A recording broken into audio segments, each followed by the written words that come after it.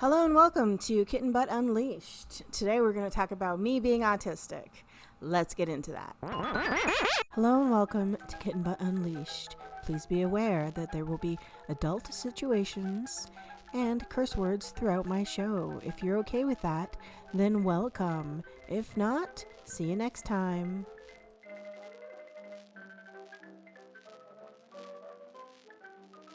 So, I'm autistic, right? Just like I said at the beginning of this video, I am autistic, brown, femme-presenting, and an adult. And the apparently most common look for autism is a cis, white, middle-class little boy. I am none of that. I am on the spectrum, obviously, and I have been told various number of things about autism, about being autistic, about not looking autistic, and things like that. And it's just all around frustrating and a little bit complicated. It's a big subject, and I'm gonna do my best to just talk about my personal experience being autistic. And like they say, if you've met one autistic person, you've met one autistic person. So hello, I'm an autistic person. I'm in my 30s. I am a femme-presenting, non-binary, queer person who is a mom, and I'm very proud of that. Now, speaking of being a mom, the way that I realized that I was autistic was because a nurse practitioner in a program called Early Education Ontario, here in Ontario, Canada, is a program that me and my kiddo would go to for 6 months to a year. So we went to the Early On, and the nurse practitioner person said to me, "Hey, your kiddo is doing something known as jargon. Can they speak in full sentences? Do they speak with proper words?" And I said, well, of course, sometimes she says words, and I gave examples of words and things that my kiddo said, and the nurse practitioner was like, well, that's delayed speech, and I think perhaps that you should get her tested for autism. And like anybody who's finding out that they might be autistic for the first time, or that their child or anyone else might be autistic, I pushed back a little and I said, well, I did that as a kid, and that's not a big deal. I was more interested in reading and not speaking. I was reading well before I could speak, and most of the time growing up, I would focus on reading and not talking, and talking is still difficult for me, but that evolved into having conversations is difficult for me, and I have only recently figured out why that is, and that's totally normal. As well as other people in my immediate family tend to have the same traits, speaking of which, my grandpa apparently, according to stories, did not speak a word until he was 4 years old. Not English or Spanish, by the way. He didn't say anything. And he turned out just fine, because he ended up being an engineer for Teledyne and NASA. And I thought, well, smart people can have speech delays, and that doesn't mean that they are autistic, because I didn't know what the extent of autism was at the time.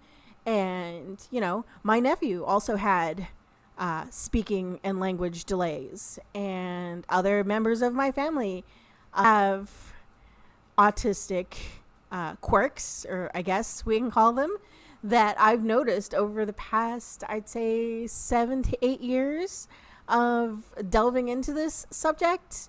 And I thought, oh, that's just normal. It's just normal. Like most people, like people who are autistic and don't realize that they're autistic and whatnot, you just think, oh, that's normal. Like, so many people in my family are like this.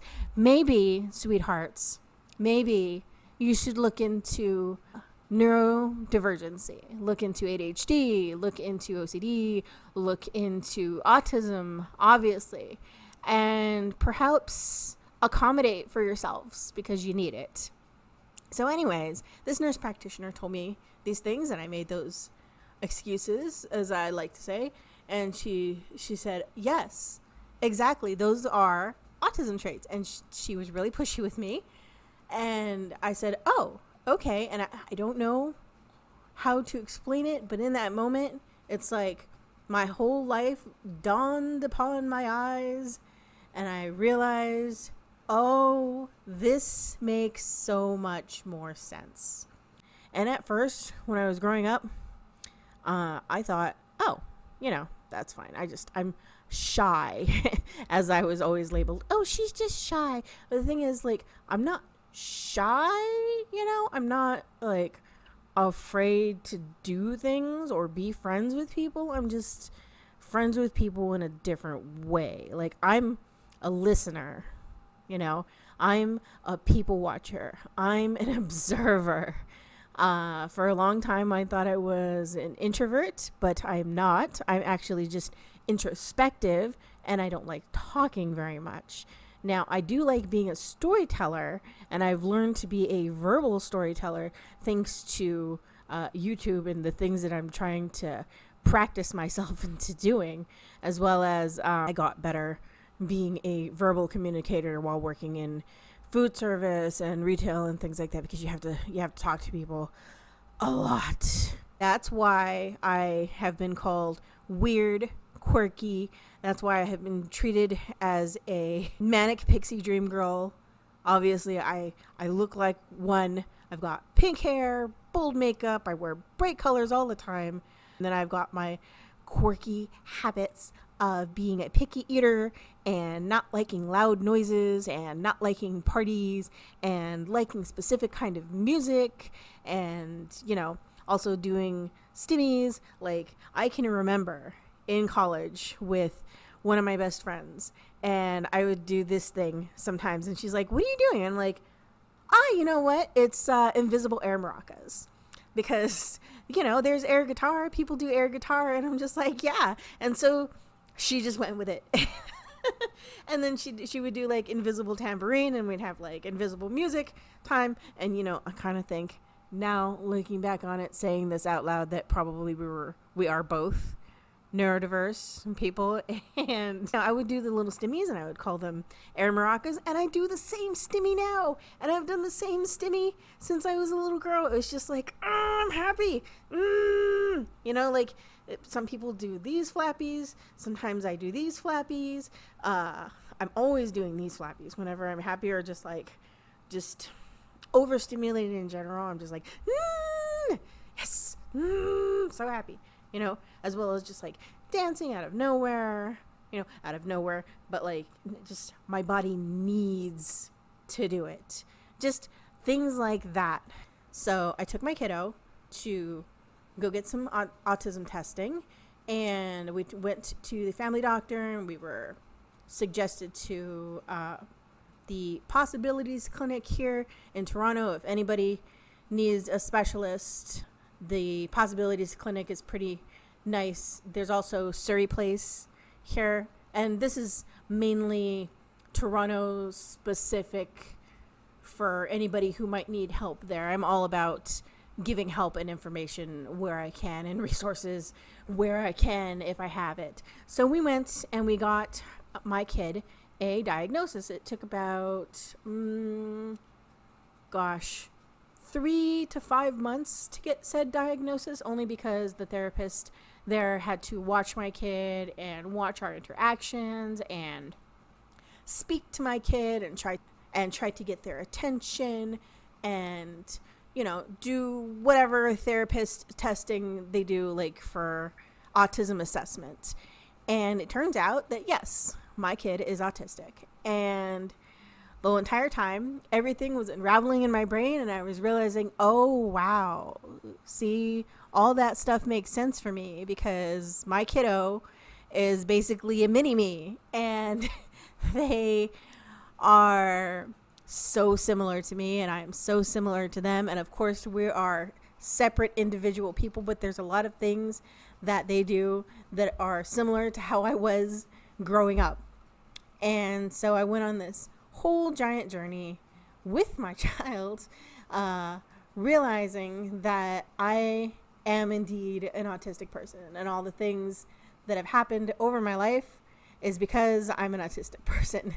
And I'm going to say that quite a lot.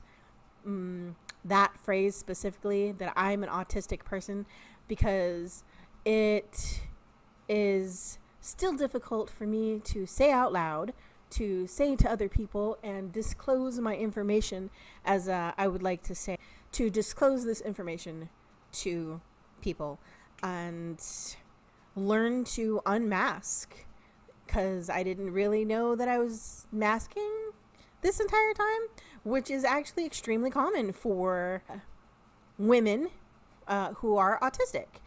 And I was raised as a girl, as a woman, even though it turns out that I'm actually non-binary.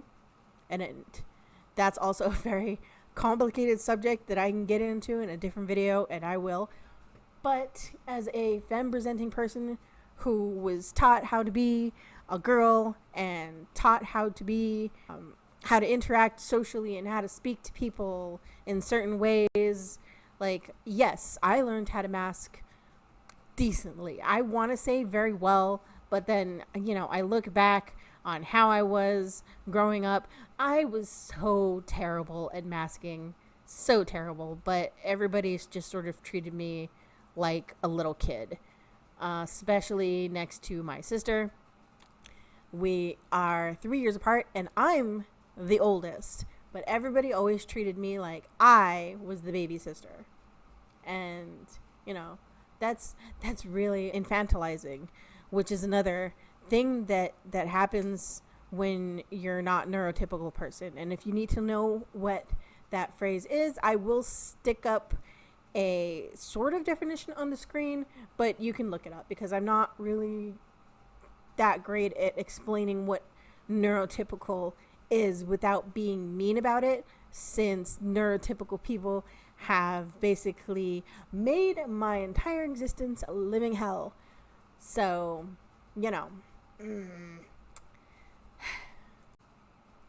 And just so you know, guys, I am doing this video in parts. I usually do my videos as a one-shot speaking hour, and then I edit it down. But in this case, it's really difficult for me because I'm talking about autism, and it's still a sensitive subject for me, because once you find out that you're autistic or neurodivergent or neurospicy or any other term that's used, you can't go back to thinking that you were the other way. I went through my whole life just thinking that I was a weirdo, and I didn't know why. And why am I broken? Why can't I do things the way other people do them? As we can see, I am getting upset, and I kind of want to cry about this, but I'm going to leave this in because it's real. It's a real feelings, and it's difficult to deal with, which is why I did this drawing series that I am talking over right now, is why I did this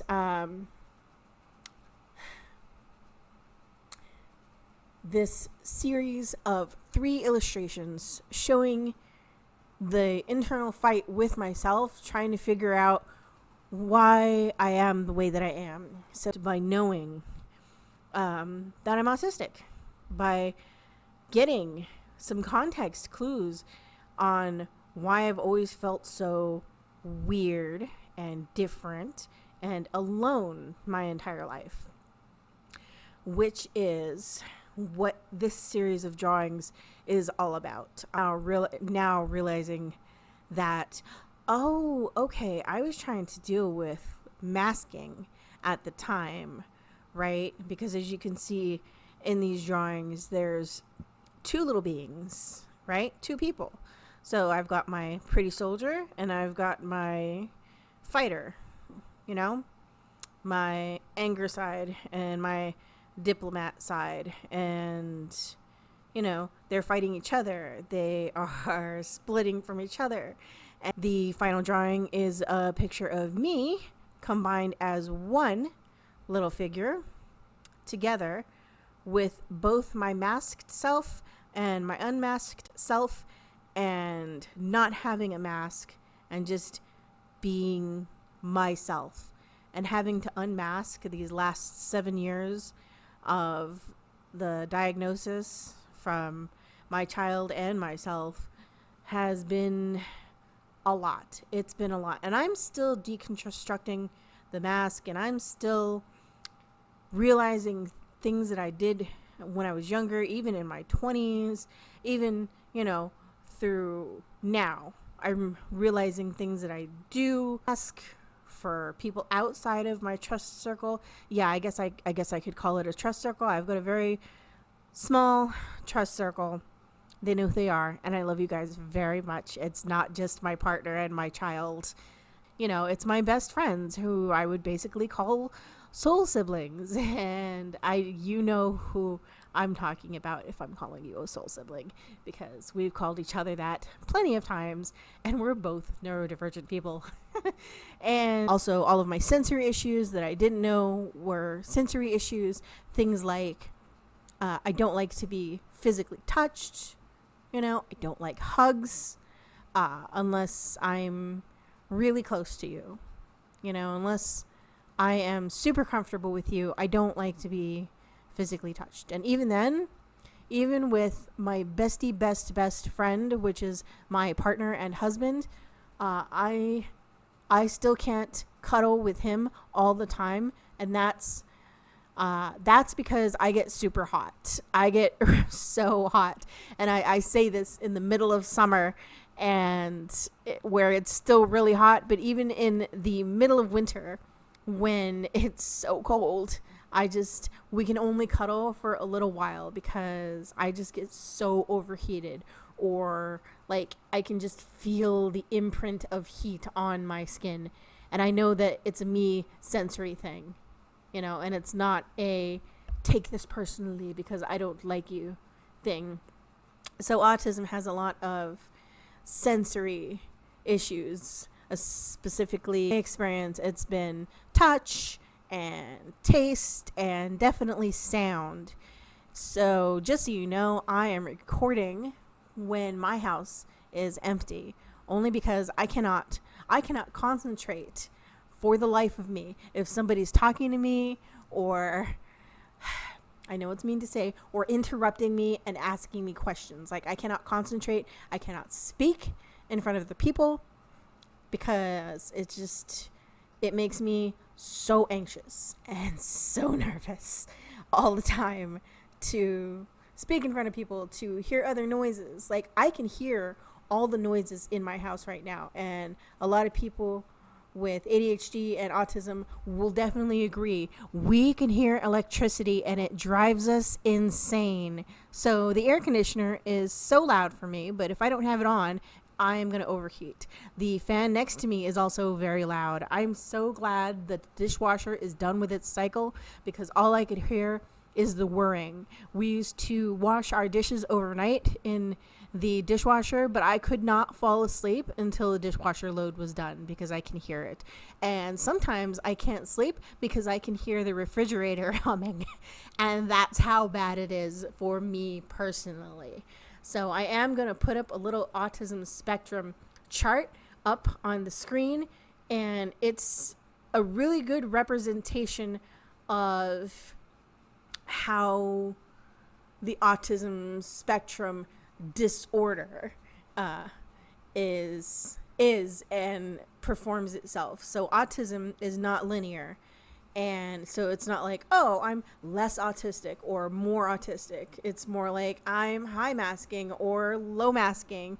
And it's more like, I like that they called it a pie chart, but it looks more like a radial chart, because, there's different levels of each little stat. Like, if you guys play D&D or anything like that, you'll understand like stats charts. So for the day, I will put things into my speaking stat, or I won't have as high of a stamina for, I don't know, eating. And yeah, for me, eating is like a huge task, because what textures do I want today? Do I want cold or hot? Can I handle touching the food to make it? Is it going to gross me out? What utensils can I use to actually make myself food? And of course, it's probably ARFID, which is a avoidant restrictive food intake disorder, and that makes it really hard for me to eat anything and not be picky about things. Now, granted, I am somebody who does like to try a lot of different foods and a lot of different textures and flavors and things like that, but once I find a thing I like, I usually stick to that for days. For instance, I have been obsessed with poke for the last couple of months, not just because I was working at a poke restaurant, and if you follow me on TikTok, you will know that I got fired from that job because the business was having hard times, at least that's what the owner told me, and that they'd have to let me go. Anyways, I have been obsessed with poke, but I've been obsessed with poke since like 10 years ago, when I found out that you could make sushi into tiny little squares and have toppings and sauces and things like that. And I was just all about that. And I love that. It's also cold. Like the first poke bowl I had was actually eel. And here I go babbling on about my special interests, which is definitely food and learning for that matter. But things like that. So I have been having poke for 2 weeks straight for lunch every single day. And how do you do that, right? Like, oh God, how could you stand that? But that's just me, because of ARFID, and also just me liking my repetition and my normalcy. I like to have the same thing every day, at least, especially with eggs of any sort. Like I need eggs every breakfast, or I can't really function for the day. I'm not really sure why it works that way and why my brain's like, yeah, if there's no eggs, I can't function for the day and I'm going to be upset. And sometimes I don't have eggs, and I get a little moody. Okay. So, the only way that I can explain it is autism and ARFID, which again, I had the little chart up on the screen and I showed you the little spider web of things like executive function and perception and, emotional regulation, which is kind of difficult for me because like I've been masking my emotions all my life, not just because I've been in abusive family environments. And I was also always taught to do not display your emotions. If you are sad, keep it to yourself. If you are happy, keep it to yourself. Yeah, that's right. If you're happy, keep it to yourself, because that's upsetting. How dare you be happy in front of me? But that's going down the emotional trauma rabbit hole. So yes, I also do have CPTSD, but most to all of my traits and quirks are definitely autism spectrum disorder. It opened my eyes to purposely unmask the things that I've been masking my entire life, as well as realizing where I have not masked and I have upset people who are more on the neurotypical side, like saying things in certain tones that I didn't know was rude. I didn't mean it. I promise. I just have little control over the way that I inflect my speech sometimes. You can also tell that I have a huge vocabulary and was teased mercilessly as a child. Remember, I was reading well before I could speak. So when I finally did speak to people at school, I was met with, why are you using big words? Do you think that you're smarter than us? Why do you have to be so smart? Why are you trying to act better? I'm not. I'm really not. I read these words in all the books that I love to read, and I used to read the thesaurus as a child because I found it, and I still find it, super interesting to know different word meanings and different ways to say these words. Having conversations with people is really difficult for me because it's the back and forth volleying that is really difficult for me, because when do you jump in? When do you shut up? When do you have something proper to say? Or did you say something too late? And it's really difficult for me, which is a lot different than me speaking. Just love it and I hate it at the same time. It's very complicated to say the least. Now, back to what I was saying about my drawing. So we start with the two little figures, and they're breaking apart from each other, learning to unmask, and then they try to split from each other, which is the next drawing. If you haven't seen it in the series, because I've also posted it on Coffee and other art sites, you can see that the two little figures are trying to run away from each other, because maybe if I can just be separate and learn to control these separate little compartmentalized people in me, then everything would work out better. But then in the end, which is the last illustration here, it's that I've absorbed my separate selves into one person and doing my best to balance my social skills as well as accommodate for myself, because that's also a big thing, that you need to accommodate for yourself. And I'm not just telling you guys this, I'm telling myself this. If you're having a hard time with stuff, you got to accommodate yourself. And that means giving yourself the space and time to breathe and think about how you can not be anxious about a situation. So sometimes, most of the time, actually, I will not go to social situations unless I have my safety person with me, which is my best friend and partner, my husband. But I can't go to things without him. But sometimes I can go to things without him because I have other safety people there. But accommodating for myself would be, for example, once I get too tired and my spoons are too low, as also another way to say it. As soon as my spoons are too low to be in said social situation, I have to accommodate myself by telling whoever I'm hanging out with, whatever group, hey, I've got to head home.